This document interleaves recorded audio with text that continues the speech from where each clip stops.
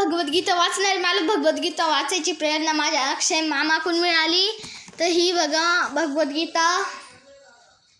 श्रीकृष्णांचं दर्शन घेऊन आपण सुरू करू वाचायची. तर उपोद्योगात काहीतरी आहे तर तिथून वाचू. या ठिकाणी भगवंत अर्जुनाला सांगतात की ही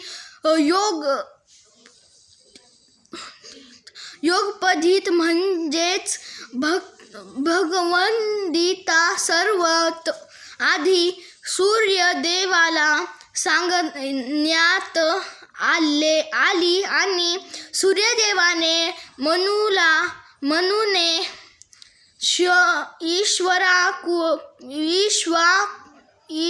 ईश्वकुला आणि याप्रमाणे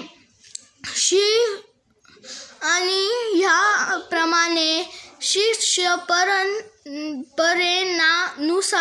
एक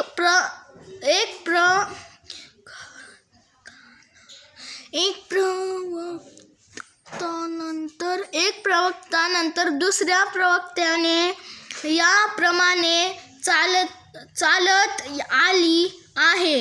परंतु कालांतराने ती लुप्त झाल्यामुळे भगवंतांना ती पुन्हा सांगावी लागली. यावेळी त्यांनी ती अर्जुनाला कुरुक्षेत्र येथील युद्धभूमीवर सांगितली. अर्जुनाला ते सांगतात की हे परम रहस्य त्याला सांगण्याचे कारण म्हणजे तो त्याचा भक्त आणि मित्र आहे. याचा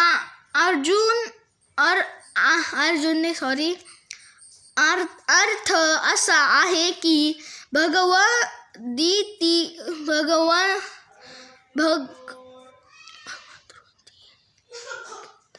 भगवद्गीता हा ग्रंथ विशेष करून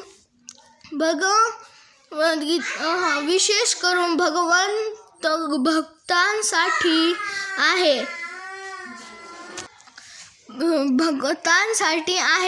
अध्यात्मवादी साधकांचे 3 प्रकार असतात: ज्ञानी, योगी आणि भक्त किंवा निर्विशेष पदावी ध्यान योगी आणि भक्त. या ठिकाणी भगवंत अर्जुनाला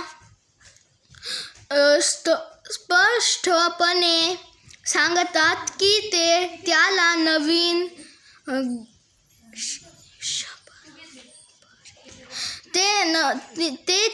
नवीन गुरु शिष्य परंपरेला सर्वप्रथम श्रोता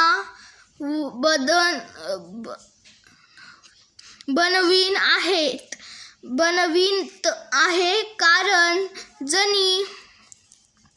कारण जरी परंपरा खंडित झाली आहे म्हणून सूर्यदेवापासून इतरांकडे चालत येणाऱ्या परंपरेमध्ये नवीन परंपरेची पुनःस्थापना